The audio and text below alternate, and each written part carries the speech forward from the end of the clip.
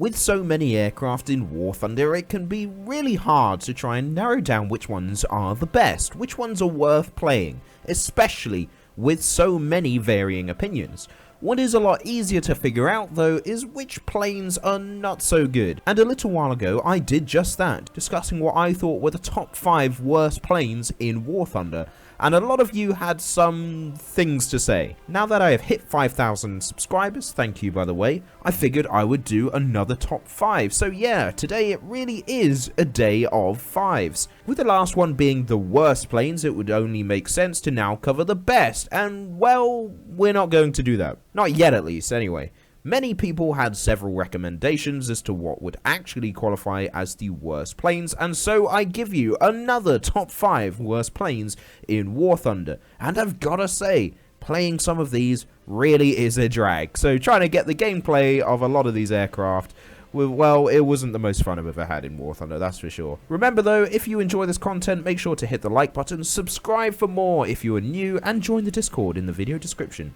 Anyways, let's get this over with. Unsurprisingly, in at number 5, we have the brand new XF5U1 Flying Flapjack, or Flying Pancake if you prefer. I was thoroughly excited for this aircraft to come to the game, pretty much like everyone else. It is by far the most interesting and hype event plane we have had maybe all year.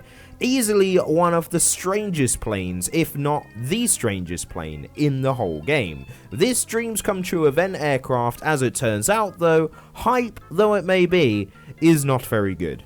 A lot of this comes down to the rather poor handling of the flight model. In real life there was very limited flight data recorded, and so War Thunder had to kind of fill in the blanks to make it come to the game. And if you ask me, they haven't done a very good job. In real life it was proposed that the Pancake would get way more powerful engines than the ones it started with, as the ones that were fitted were basically only used as a test bed, just a proof of concept before they could then install more power.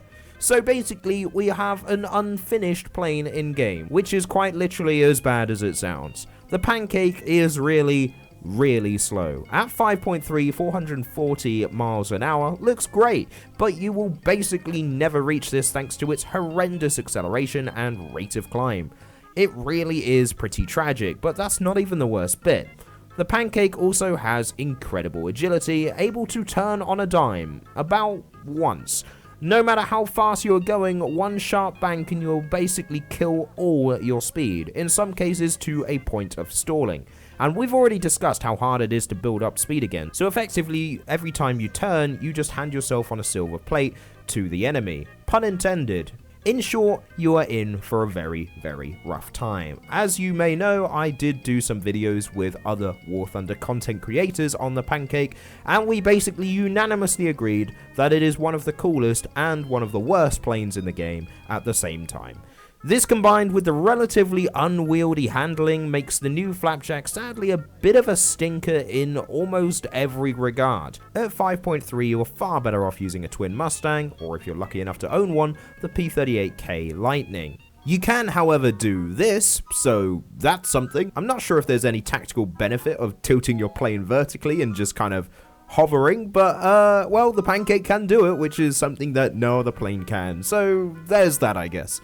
In at number 4, you guessed it, it's something French, because of course it is.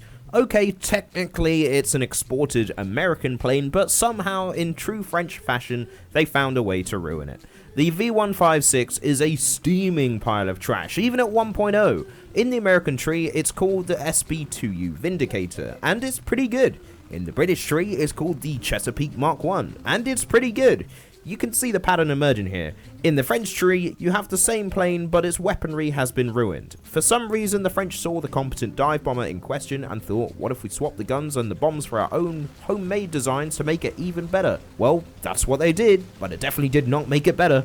Overall, the V156 is your run-the-mill low-tier dive bomber, pretty slow but reasonably tanky and tending to pack more firepower than your average low-tier fighter thanks to the tailgun. Unfortunately, the firepower here is the French 7.5mm machine gun, which to my knowledge is the smallest aircraft gun in game, and they don't exactly hit hard. In fact, they don't really hit at all most of the time. You can spray away, and before you know it, your guns are jammed and the enemy has flown away, as your snail shell bullets are largely ineffective, and Pierre on the tail gun is almost guaranteed to not bother shooting down anyone behind you. That's only half the problem though. The other issue is the actual bomb load itself. For some reason, they saw the actually insane 1,000 pound payload of the American and British versions and thought, I can do you one better and instead carry up to 200 kilograms. Wait, that's it? The Stuka is at the same batter rating, flinging a 1-ton bomb, and this is all you can manage? Why? We've proven that this plane can carry more, so what is your excuse? You have 1/5 of the payload of an equal tier dive bomber from Germany. Yeah, don't use this thing, just don't even bother. The thing is with the V156 is that it is not inherently unusable, but there are 2 versions of it in other trees which are just objectively better, carrying 3 times the payload, and in the British case, twice the forward firepower. Yeah, this thing is terrible. The next plane is a rare one from one of the older battle passes, the Beaufighter Mark I. What makes this thing unique is its firepower, 2 40mm cannons. Yes, 40mm. Sounds great having light tank weaponry on your plane, until you realise you get less than 20 shots per gun. Meaning if you can't aim, you will be out of ammo before you can say Beaufighter Mark I guess. Even if you are a decent shot, it's still a struggle. There are many things wrong with this plane. Where do I even begin? Like, really, there are quite a few. At 2.3, it's reasonably fast, but it's never gonna win any speed records, and it is still super heavy and doesn't accelerate well. But this, combined with the unwieldy cannons, just makes this plane extra super clumsy in the fairly sporadic games of low tier, with twirly biplanes dancing all over you in a dogfight. What's worse is that for some reason the 2 40mm cannons are actually 2 different types, made by different companies. Apparently, in real life, this Beaufighter Mark I prototype was used to test these 2 different guns to basically see which one worked better. Unfortunately, it results in this weird mishmash, with one of the guns having less ammo than the other one at just 12 rounds. 12! Again, why? It's just... ugh, no, it doesn't work. It really does not work as an aircraft. Trying to hit things is a bloody nightmare. Oh, and if you thought it couldn't get any worse, the normal tail gunner from the normal Beaufighters has been replaced with a man who just sits there, watching you suffer and wishing you'd picked something else to play. In at number 2 is one of the most memeable planes of all time, the PO2, specifically the PO2M, the naval version, which is somehow an even slower version of the slowest plane in the game. Unfortunately, being a memeable plane does not necessarily make it actually good. Oh, the PO2, the ultimate comedy plane. This thing is just way too slow for the game. You just can't really do anything. 2 things happen playing the PO2. You spawn in, and by the time you arrive at the action, there is no longer any action to speak of, or when you do arrive, you are quickly picked apart by the first thing that sees you. It's just so slow. There are literally ground vehicles in-game faster than this thing, and it's not at all helped by the fact that trying to dive to pick up speed is also dangerous, as it is around 110 miles an hour that you already start getting warnings to slow down, and if you don't, well, your wings tend to come off. You also get no guns, so that's fun. Okay, you get 1 gun in the tail, but as we talked about, you won't last long enough to land a decent hit, and being so slow makes you such an easy target, and we all know that planes are not tanky enough in this game to make sitting there waiting for a good shot not a good strategy. This plane is definitely more suited for ground RB, where you can actually make your bombs worthwhile, but even then, I'd recommend you just don't bother and pick something else. But as we are talking strictly air battles here, the PO2M is just bad. It's just really bad. Horrendous even. Just no redeeming qualities here whatsoever. Other than its comedy factor, of course. But what could be worse than this? How much worse could it get? What could be the worst plane of War Thunder? Well, first, let's get some honourable mentions out the way. The first one I wanted to talk about really could have just been in the regular top 5, but as top 6s aren't really a thing, it's an honourable mention. The KI-109 is another one of those big planes with a big tank-sized cannon. Basically, what they've done is taken the KI-67, a pretty alright medium bomber, albeit by Japanese standards, which is already not a great start, and, well, they've ruined it by adding a giant 75mm cannon and stripping pretty much everything else of value. Most of your gunners are gone, and the one that is left is, well, he could probably use some more training, and overall, this thing is just pretty tragic. Arguably, it is even worse than the P108 from Part 1, as this actually only gets 15 rounds to play with, and then you're out of ammo. To be fair, it is pretty good at killing ground targets, I guess, but as for the stuff in the air, yeah, good luck with that. The other honourable mention is a plane I brought up in my Weird German Planes video, the Ju-388. This is also a converted medium bomber designed to hunt down other actual bombers, I guess, and again, everything of value has been removed. The bombs are gone, the turrets have been ruined. It does have more engine power, but I've never seen this thing actually reach its alleged 383 mph top speed, so who knows.